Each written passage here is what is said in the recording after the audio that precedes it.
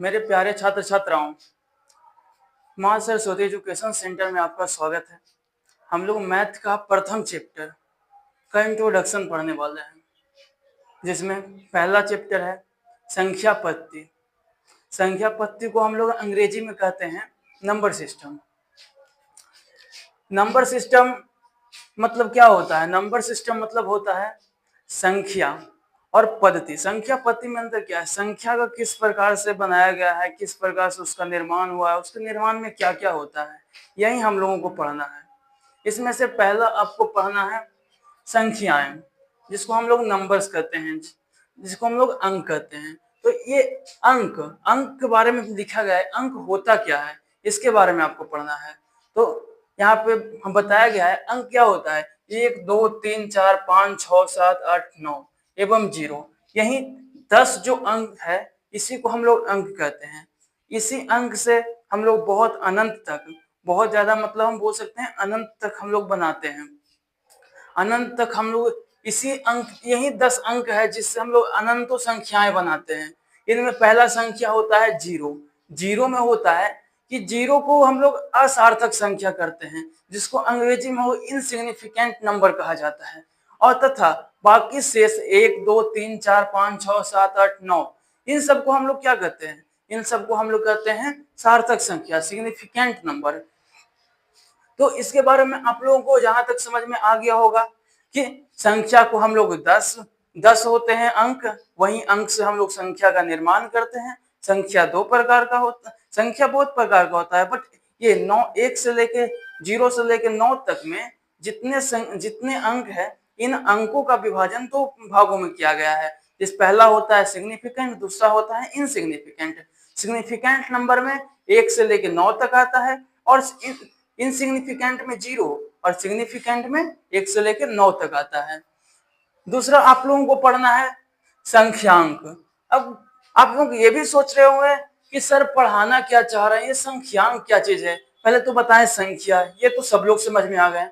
अब संख्यांक क्या होता है? संख्यांक के बारे में हम बताते हैं। संख्यांक क्या होता है? संख्यांक जैसे कि आपको दो अंक होता है, दो अंक जैसे 1 और 2। जैसे कि हम लोग अगर एग्जाम्पल लेते हैं 1 और 2, तो ये 1 है, एक अंक हुआ, और दूसरे अंक, इन दोनों का निर्माण होता है तो ये 12 हो जाता है, 12। तो यही अंक नहीं, अंको, अंक मतलब एक अंक, और अंको मतलब एक से अधिक अंक। यहाँ पे देखिए पहला अंक और दूसरा अंक, दो अंकों को मिलाकर के हम लोग एक संख्या का निर्माण करते हैं, जिसको संख्यांक भी कहा जाता है। तो अंको अथवा संकेतों, अंको अथवा संकेतों का ऐसा समूह जो संख्या को निर्देशित करता है, मतलब संख्या के बारे में बताता है। इसका क्या मतलब है कि संख्या, दो अंकों का समूह जो संख्या के बारे में बतलाता है। इससे हम क्या समझते हैं? इससे हम समझना चाहते हैं, देखिए ये संख्या हुआ, जैसे हम इसको अगर लिख दें 7 और 2, तो पहला अंक मेरा 7 हो गया, और दूसरा अंक 2। ये दोनों को मिलाकर हम लोगों को क्या संख्या मिला? 72। बस यही अंकों अथवा संकेतों, इन्हें हम संकेत भी कह सकते हैं। अगर हम देखिए भैया ये तो ठीक है सर, ये तो ठीक है कि हम लोग अंक के बारे में पढ़ रहे हैं, पर यहाँ पे आप लिखे हैं अंकों अथवा संकेतों। संकेतों का क्या मतलब है? संकेत के बारे में भी हमको बताया कि आप यहाँ पे संकेतों काहे लिखे हैं। जैसे कि अगर मेरे पास 5 आम है, तो 5 आम को हम कैसे निर्देशित करेंगे? हम संख्या लिख के कि मेरे पास कितना आम है, 5 आम है। देन अगर अंक में इसे अंक या तो संकेत, 5 का संकेत, 5 को हम कैसे डिनोट करते हैं, कैसे हम ये बताते हैं कि ये 5 लिखो है? क्योंकि जो संकेत है, यही संकेत को ही अंक कहते हैं, अंक को ही हम संख्या कहते हैं। संख्यांक अंकों के समूह से बनता है, यही बस पढ़ना है। और संकेतों के समूह जो संख्या को निरूपित करता है, जैसे संख्या, पहली संख्या और दूसरी संख्या, और दोनों संख्याओं का समूह जो कि संख्यांकों का समूह, जो अंकों का समूह जो हमें संख्या को निर्देशित करता है, उसी को हम लोग क्या कहते हैं? न्यूमरल कहते हैं, संख्यांक कहते हैं। संख्या और पूर्ण संख्या के बारे में, तो प्रकृत संख्या और पूर्ण संख्या होता क्या है? प्रकृत संख्या को हम लोग इंग्लिश में नेचुरल नंबर कहते हैं। तो नेचुरल नंबर हम किससे कहते हैं? नेचुरल नंबर गिनती की संख्याओं को प्रकृत संख्या कहा जाता है। मतलब गिनती की संख्या 1 2 3 4, मतलब 1 से लेकर अनंत तक जितनी संख्याएं होती है, उसी को हम लोग क्या कहते हैं? प्रकृत संख्या कहते हैं। प्रकृत संख्या नेचुरल नंबर को हम लोग n से डिनोट करते हैं, नेचुरल नंबर को हम लोग n से डिनोट करते हैं। इसमें नेचुरल नंबर में प्रकृत संख्या में पहला संख्या 1 तथा अंतिम संख्या इन्फिनिटिव होता है। अब इन्फिनिटिव क्या होता है? इन्फिनिटिव का क्या मतलब है? इन्फिनिटिव मतलब होता है अनंत। इसको हम लोग कुछ इस प्रकार से दर्शाते हैं, इन्फिनिटिव, इसको हम लोग अनंत कहते हैं। अनंत क्यों? क्योंकि प्रकृत संख्या गिनती की संख्या को कहते हैं, और गिनती की संख्या, गिनती कभी अंत नहीं होती, वो अनंत है, इसीलिए ये अनंत होती है। आगे हम लोग दूसरा पढ़ना था हम लोगों को पूर्ण संख्या। पूर्ण संख्या क्या होता है? पूर्ण संख्या प्रकृत संख्या में ही, अगर प्रकृत संख्या में ही शून्य, जीरो को शामिल कर दिया जाए, जैसे हम लोग पढ़ते होंगे गिनती, तो गिनती लिखने के लिए बोलते हैं तो गिनती क्या आप 0 1 2 3 4 लिखते हो? नहीं, आप लोग गिनती 1 से स्टार्ट करते हो। लेकिन यही गिनती की संख्या में जब हम 0 को शामिल कर देते हैं तो उसी को हम लोग पूर्ण संख्या कहते हैं। पूर्ण संख्या को हम लोग अंग्रेजी में होल नंबर कहते हैं।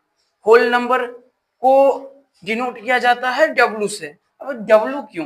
क्योंकि whole number WHOLE, whole number, whole number W से स्टार्ट होता है, इसलिए इसको हम लोग W से डिनोट करते हैं। और नेचुरल नंबर n से स्टार्ट होता है, इसलिए हम लोग n से डिनोट करते हैं। तो ये दोनों काफी आसानी से सही बच्चों को समझ में आ गया होगा, हम ये आशा करते हैं। तो फिर से एक बार ध्यान से सुनिए, प्रकृत संख्या गिनती की संख्या को, और होल नंबर मतलब पूर्ण संख्या गिनती की संख्या में 0 को शामिल कर देने पर। हमको आशा करते हैं कि आप लोगों को अच्छे से समझ में आया होगा, तथा पढ़ते रहिए, मेहनत करते रहिए। हम सब आपके साथ हैं। मां सरस्वती एजुकेशन सेंटर में आप लोगों को सादर आमंत्रण करता हूं, आप हमेशा यहाँ आएं और अपना शिक्षा ग्रहण करें। धन्यवाद। देखिए बच्चों, तो हम लोग पिछले वीडियो में क्या पढ़ चुके थे? हम लोग पिछले वीडियो में डिजिट पढ़ चुके थे, नंबरल पढ़ चुके थे, नेचुरल नंबर पढ़ चुके थे और होल नंबर पढ़ चुके थे। अब हम लोग एक बार वन शॉट रिविजन लेंगे कि हम लोग क्या क्या पढ़े थे। अंक में हम लोग पढ़े थे कि 0 से लेकर 9 तक जितना अंक है, वहीं 10 जो अक्षर होता है, जो भी डिजिट होता है, वही उसी को अंक कहा जाता है। और संख्यांक, नंबरल के बारे में हम लोग क्या पढ़े थे? नंबरल के बारे में हम लोग पढ़े थे कि 0 से लेकर 9 तक में जितने अंक हैं उन्हीं के संयोग संकेतों से बनता है, वही संख्यांक कहलाता है या संख्या कहलाता है। उसका प्रकृत संख्या के बारे में हम लोग बहुत ही आसानी से पढ़े थे कि गिनती की संख्या को प्रकृत संख्या कहते हैं। उसके बाद हम लोग पढ़े थे पूर्ण संख्या, कि गिनती की संख्या में 0 को शामिल करने पर पूर्ण संख्या कहलाता है, वो पूर्ण संख्या हो जाता है। उसके बाद हम लोग आज पढ़ेंगे सम संख्या, इवन नंबर के बारे में। इवन नंबर आखिर होता क्या है? तो इवन नंबर, जैसे हम लोग प्रकृत संख्या और पूर्ण संख्या पढ़े, उसमें एक विशेषता थी कि प्रकृत संख्या गिनती की संख्याओं का आ जाता था, और पूर्ण संख्या था उसमें गिनती की संख्या में 0 को शामिल करने पर, मतलब उसमें विशेषता थी कि गिनती की संख्या और गिनती की संख्या में 0 शामिल करने पर प्रकृत और पूर्ण संख्या बनता है। देन हम लोग सम संख्या पढ़ते हैं। सम संख्या में वैसी संख्याएं जो 2 से पूर्णतः विभाजित होती है, अर्थात 2 से कोई भी संख्या जिसका विभाजन हो जाता है। जैसे कि अगर हम एग्जाम्पल के लिए अगर 4 को ले लें तो 4 2 से विभाजित हो जाता है, तो इसीलिए हम इसको, ये सम संख्या हो सकता है। इसी को हम लोग इंग्लिश में किस प्रकार से पढ़ेंगे? The number which is completely divisible by 2 is called even number. अर्थात वैसी संख्या जो 2 से पूर्णतः विभाजित हो जाती है, उसे हम लोग क्या कहते हैं? सम संख्या कहते हैं। आगे इसी का जस्ट अपोजिट होता है विषम संख्या, ऑड नंबर। तो जैसे सम संख्या में होता है कि वैसी संख्याएं जो 2 से विभाजित हो जाती है, बट विषम संख्याएं वही होती है कि वैसी संख्याएं जो 2 से पूर्णतः विभाजित नहीं होती है, ना हो, उसे हम लोग विषम संख्या कहते हैं। इसी को हम लोग इंग्लिश में किस प्रकार से लिखेंगे? The number which is not completely divisible by 2 is called odd number. बस इतना ही, धन्यवाद।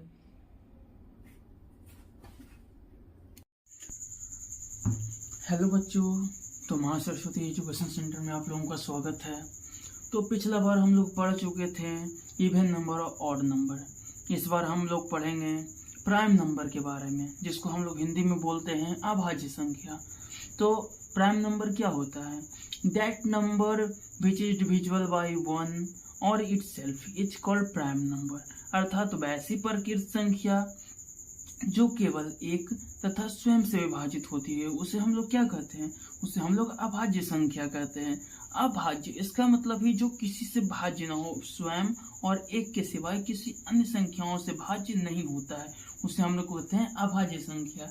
जैसे 2, 3, 5, 7 ये सब वो संख्याएं हैं जो केवल खुद से विभाजित होगी या तो एक से विभाजित होगी।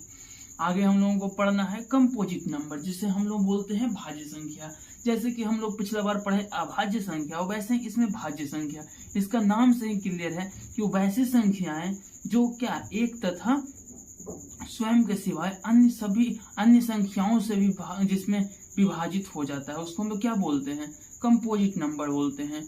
उसको कुछ इस प्रकार से, that natural number is divisible by other with one and itself is called composite number.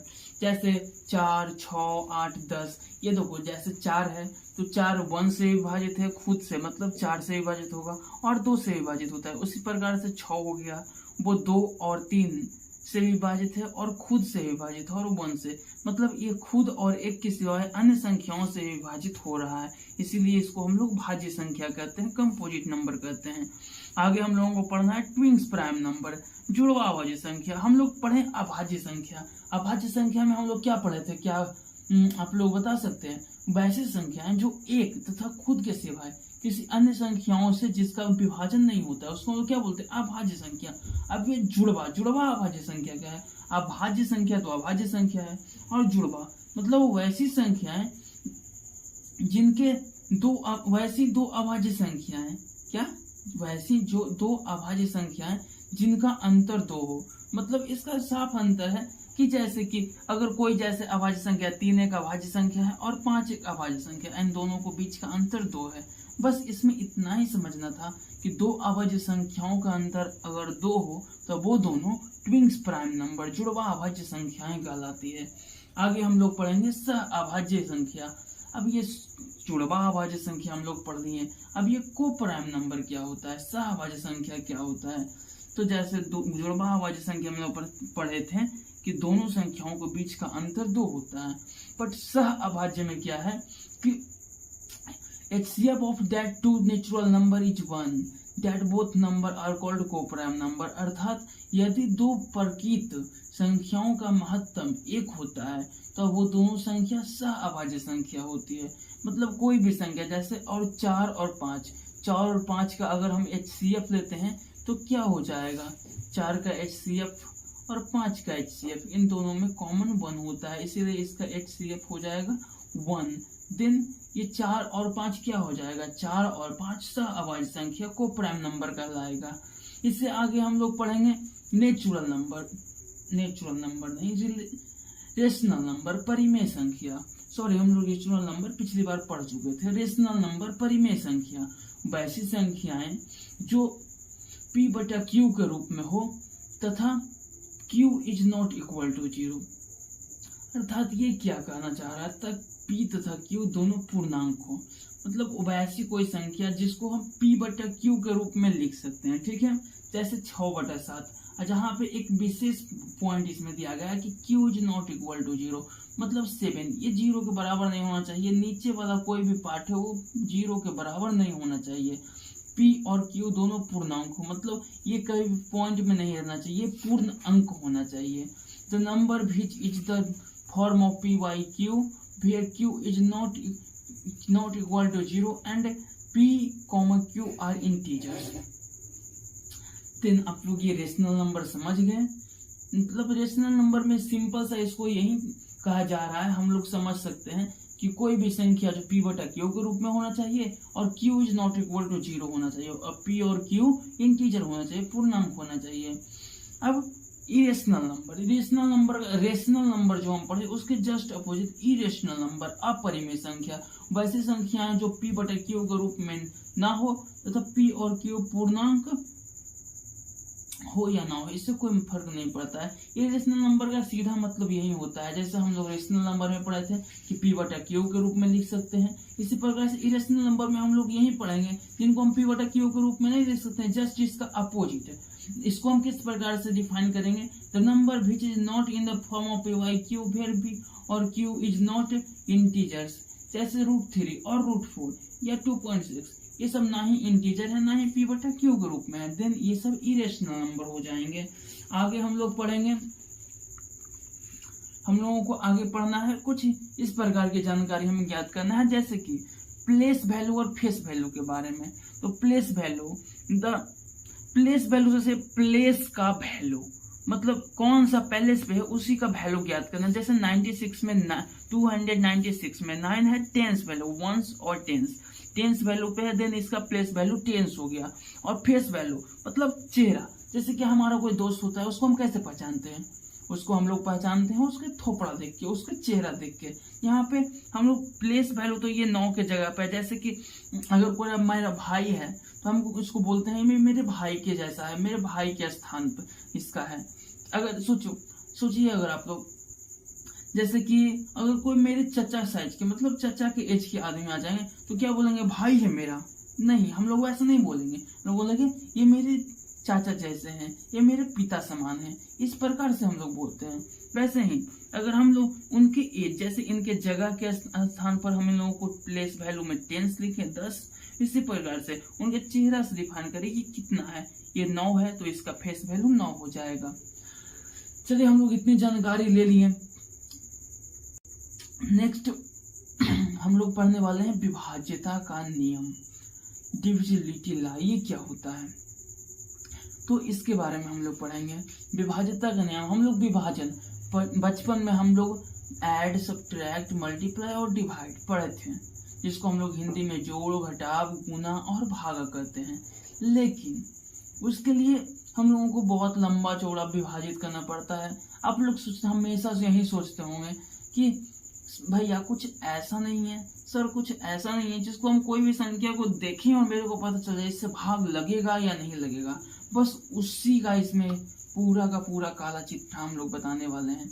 ये हो कैसे सकता है, कैसे हम किसी संख्या को देखेंगे और पता चलेगा कि ये संख्या किससे कटेगा, किससे इस संख्या में डिवाइड लगेगा। तो पहली संख्या 2 से, विभाज्यता का नियम, कोई संख्या को देख के कैसे पता चलेगा कि वो संख्या 2 से कटेगा या नहीं कटेगा। तो इसके बारे में बताया गया, जिस संख्या के इकाई अंक के स्थान पर 0, 2, 4, 6 और 8 होता है तो वह संख्या 2 से पूर्णतः विभाजित होती है। The number which the place of one digit is 0, 2, 4, 6, 8, then that number is completely divisible by 2। इसका क्या मतलब है भैया? अब तो किताबी भाषा में पढ़ गए, मेरे को समझा तो दीजिए ये बोलना क्या चाह रहा है। तो जैसे कि देखिए, हम कोई संख्या है जैसे 24 ले लिए, 24 में इसका 1 डिजिट पे क्या है 4, और ये 2 से विभाजित होना चाहिए। 4 2 से विभाजित है, यस भैया। 2 2 जब 4 ये तो 4 तो 2 से विभाजित है, देन 24 है जो 2 से विभाजित होगा। तो यार ये तो आसान है, हम भी जानते हैं 12 2 या 24 होता है। आप तो इसे झूठों को बता रहे हैं, अच्छा से बताइए। जैसे कि अगर हम लोग यही वाला बोल लीजिए 886 में 6 2 से विभाजित है, फिर हम कंप्लीटली कर सकते हैं ये 2 से विभाजित होगा। अब आप लोग करके देख लीजिए, जैसे हम इसमें आपको करके बताते हैं। 886 5 में 2, इसको हम डिवाइड देंगे तो 4 4 3 आ जाएगा। देन आप लोग भी इस पर रिसर्च कीजिए और बनाइए और पता कीजिए कि ऐसा होता है वाकई में नहीं। यही विभाज्यता का नियम है, अगर इकाई स्थान का डिजिट 2 से कटेगा तो पक्का है कि वो संख्या 2 से विभाजित होगा। अब आगे हम लोग पढ़ते हैं। 2 से तो हम लोग पढ़ चुके कि 2 से विभाजित होगा कौन सी संख्या, जिसके स्थायी इकाई स्थान का डिजिट 2 से विभाजित होगा। भैया 2 का तो ठीक है, क्या 3 का भी वैसा ही होगा कि इकाई स्थान का संख्या 3 से विभाजित होगा तो संख्या 3 से नहीं, ऐसा नहीं है। हर एक में अलग अलग नियम होते हैं। तो 3 का नियम क्या है भैया, जल्दी से बताइए मेरे को। तो 3 का नियम कुछ इस प्रकार से है, जिस संख्या के सभी अंकों का जोड़ 3 से विभाज्य हो वह संख्या 3 से विभाजित होगी। The sum of all digits of number is divisible by 3, then that number is divisible by 3। भैया इसका क्या मतलब है, थोड़ा हमें समझाइएगा या तो सिर्फ अपने अपने पढ़िएगा। अरे बाबा समझाते हैं। देखिए हम 513 लिखते हैं। अब इसमें कौन कौन सा डिजिट है, 5 है, 1 है और 3 है। अब इसको हम लोग जोड़ लेते हैं, 5 1 3, तीनों के जोड़ को 9 आता है। क्या 9 3 से डिविजिबल है? हाँ। देन 513 3 से डिविजिबल होगा।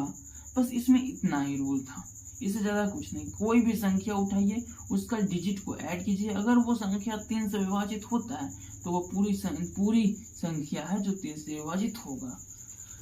चलिए आगे हम लोग पढ़ते हैं 4 से विभाज्यता का नियम, divisibility law of 4। Divisibility law of 4 क्या कहता है? जैसे हम लोग 2 का पढ़े, 3 का पढ़े, 4 का क्या कहता है?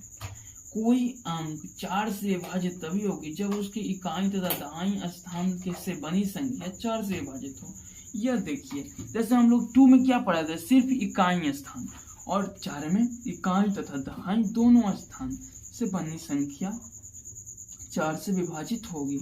Any number which is divisible by 4 when ones or tens digit number is divisible by 4। बहुत आसान है। जैसे देखिए हम 448 इसमें 48 4 से डिविजिबल है, हाँ या ना? हाँ, 48 तो 4 से डिविजिबल है। देन ये 448 that number is divisible by 4। बस इतना ही आसान है ये। आगे हम लोग पढ़ते हैं 5 का विभाज्यता का नियम। 5 का विभाज्यता का नियम क्या होता है? जिस संख्या के इकाई अंक के स्थान पर 0 या 5 हो तो वह पूर्णतः 5 से विभाजित होती है। Once digit of that number is 0 और 5, then that number is completely divisible by 5। जैसे कि इसमें वंस डिजिट पर क्या है? 5, तो ये 5 से हो जाए, इसका वंस डिजिट पर 0 तो यह 5 से विभाजित होगा। बस ये ध्यान रखना है, वंस डिजिट पर 0 और 5 होना चाहिए, तभी वह संख्या 5 से विभाजित होगी। चलिए हम लोग 5 तक पढ़ लिए, आगे हम लोग पढ़ते हैं 6 का विभाज्यता का नियम, डिविजिबिलिटी लॉ ऑफ 6। वैसी संख्या जो 2 या 3 मतलब 2 तथा 3 दोनों से विभाजित होती है तो वह संख्या 6 से विभाजित होगी। इसी को हम लोग इंग्लिश में इस प्रकार से पढ़ेंगे, the number which is divisible by 2 and 3 then that number is divisible by 6। अब इसका क्या मतलब है? जैसे कि हम लोग 36 का एग्जाम्पल लेते हैं। 36 2 से डिविजिबल है, हाँ। 3 से डिविजिबल है, हाँ। देन ये 6 से भी डिविजिबल होगा। अब इसको याद रखने का तरीका, 6 का फैक्टर कितना होता है? 2 into 3। देन जो संख्या 2 से डिविजिबल होगा, जो संख्या 3 से डिविजिबल होगा, वो जाहिर सी बात है 6 से भी डिविजिबल होगा। बस ऐसा नहीं है कि कोई संख्या सिर्फ 2 से डिविजिबल रहेगा तो 6 से नहीं, जो 2 और 3 दोनों से डिविजिबल होगा वही संख्या क्या? वही संख्या 6 से डिविजिबल होगा। यहाँ पे हम लोग ऐड कर सकते हैं 2 and 3 both, then that number is divisible by 3। ये दोनों, ये बस याद रखियो, बोथ 2 और 3 दोनों से डिविजिबल होना चाहिए। ये गलती हम कभी मत करियो जैसे पीपीटी बनाने वाले करते हैं। बोथ, ये दोनों 2 और 3 दोनों से होना चाहिए। चलिए इसमें से एक हम पढ़ाते हैं 7 का विभाज्यता का नियम, डिविजिबिलिटी लॉ ऑफ 7, जो कि पहली बार में बचपन में मेरे को भी नहीं समझ में आया था, बहुत ज्यादा हार्ड लगता था, मेरे को कुछ भी नहीं समझ में आता था।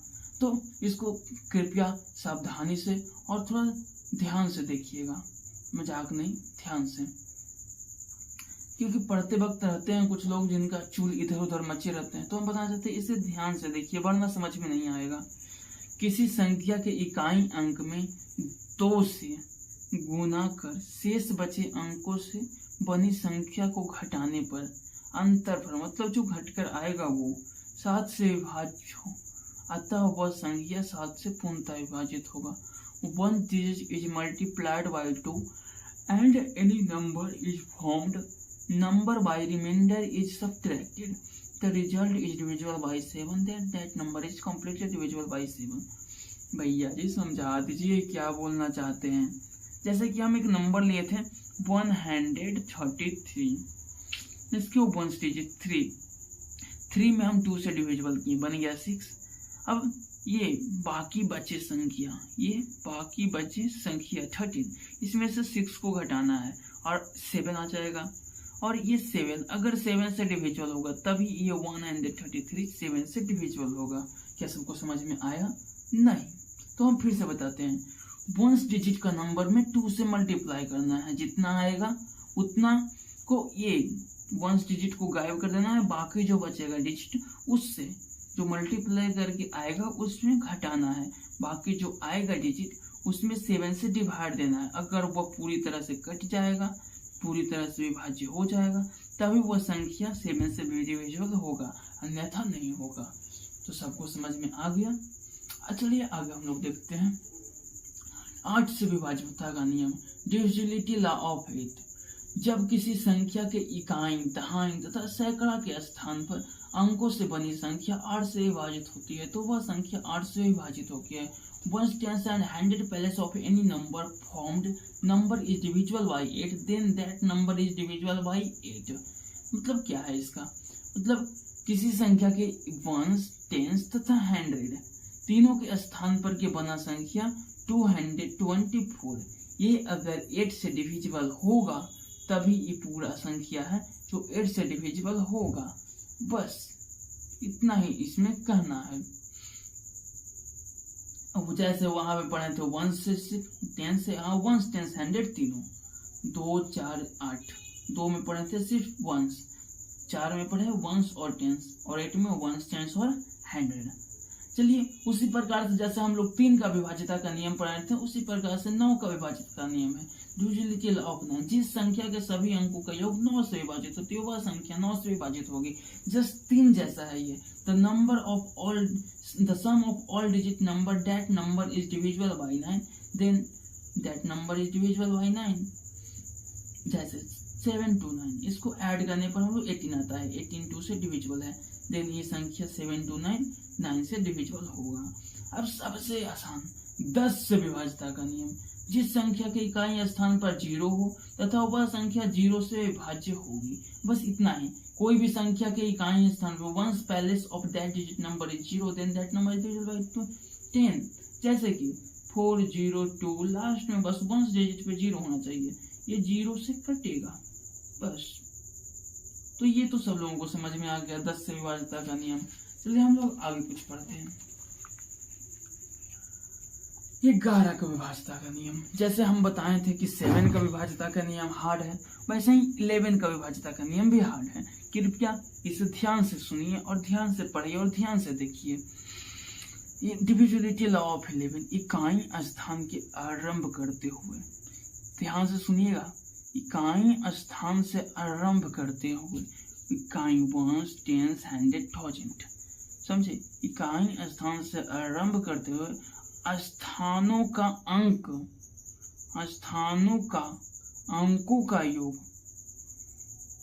स्थानों का नहीं, सम स्थानों का अंकों का योग। इससे आप थोड़ा सा समझने का ट्राई कीजिए।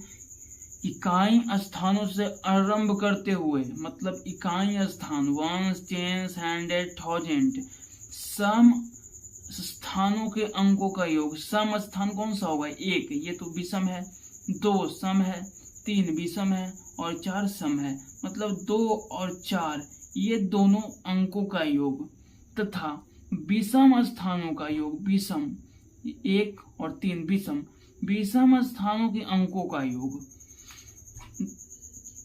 0 हो या 11 का अपवर्त हो, या 11 का अपवर्त हो। अपवर्त मतलब फैक्टर, मतलब 11 से डिविजिबल हो। क्या समझे? 11 से डिविजिबल हो तब वह संख्या 11 से पूर्णतः विभाजित होगी।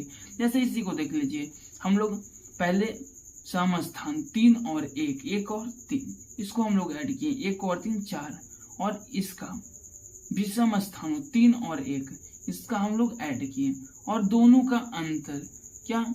दोनों अंकों का योग का अंतर 0 हो या 11 से का वर्ग हो या 11 से विभाजित हो, तो दोनों स्थानों का अंतर 0 है, अर्थात यह संख्या 11 से विभाजित होगी। अगर अंतर 0 नहीं आया या तो 11 का वर्ग नहीं आया तो वह संख्या 11 से विभाजित नहीं होगा।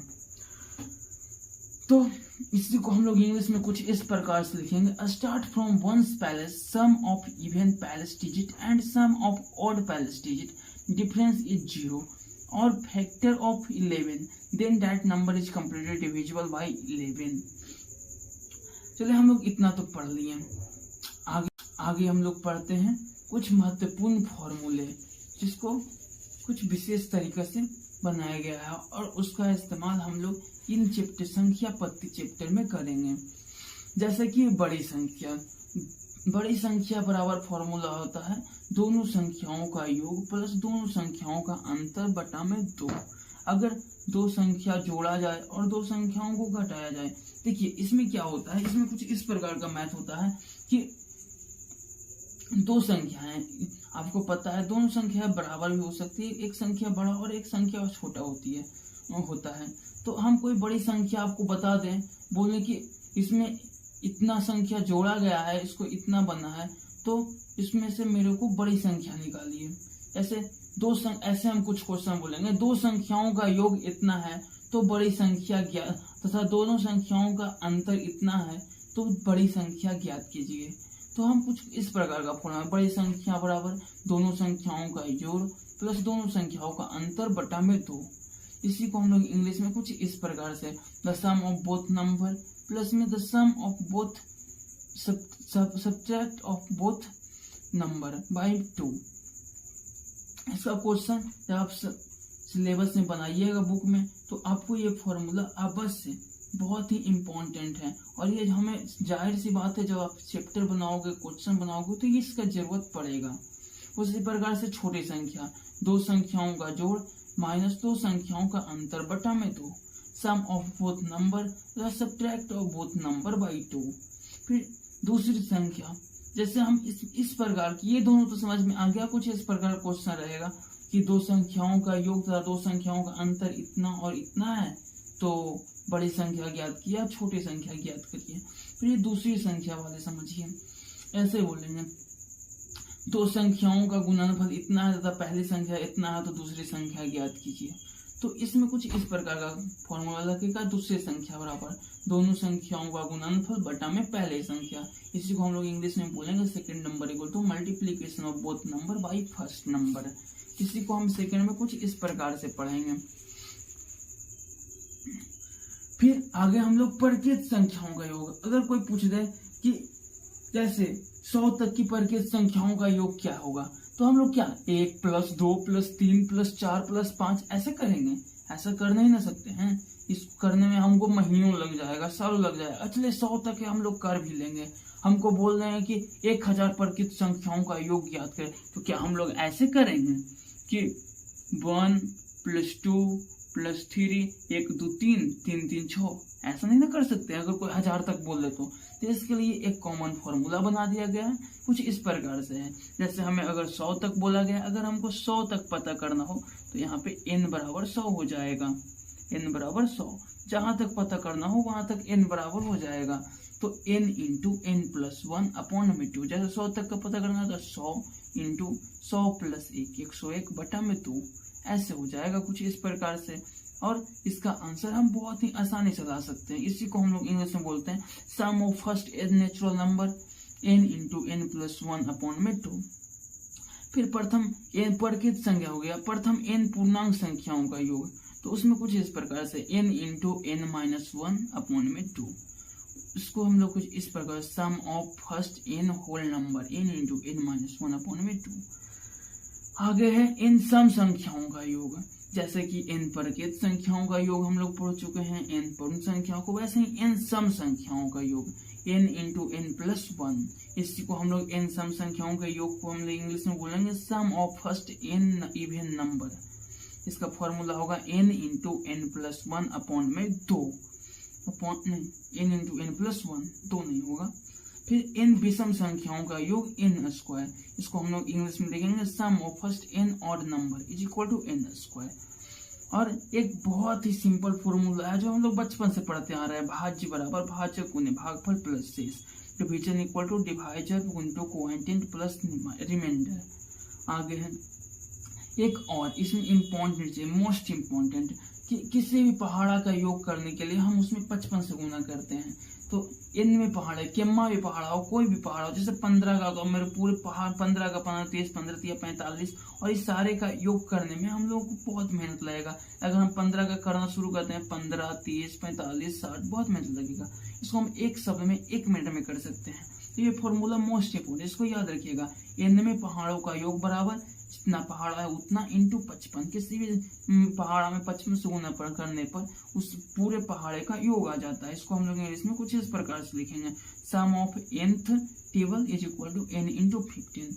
तो धन्यवाद। माँ सरस्वती कोचिंग में आप पढ़ते रहिए, शिक्षा ग्रहण करते रहिए, मन लगा के पढ़िए, हम लोग हमेशा आपके साथ हैं। और ये पद संख्या पत्ती आज चैप्टर खत्म हुआ, और ये इंट्रोडक्शन आप अच्छे से पढ़िए, 1 बार 2 बार वीडियो देखिए और समझिए, क्योंकि यही बेसिक होता है। हम लोग बस एक ही शब्द में ये कहना चाहते हैं, कॉन्सेप्ट इज पावर। आप अगर इंट्रोडक्शन अच्छे से नहीं पढ़ेंगे, ये नहीं समझेंगे, तो आपसे क्वेश्चन नहीं बनेगा। तो अब वीडियो को 1 बार 2 बार 3 बार जितना बार ना समझ में आए देखिए, समझिए और बनाइए। धन्यवाद।